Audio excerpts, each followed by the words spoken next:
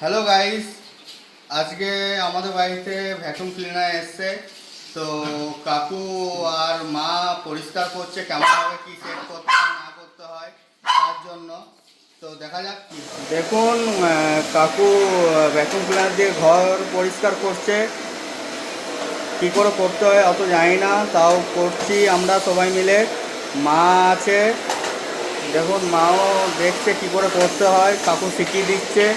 ঠিক আছে, দেখুন ঋষিকা এখন ঘুমাচ্ছে, কত কিউট লাগছে। প্লিজ আপনারাও জানাবেন কত কিউট লাগছে কিনা।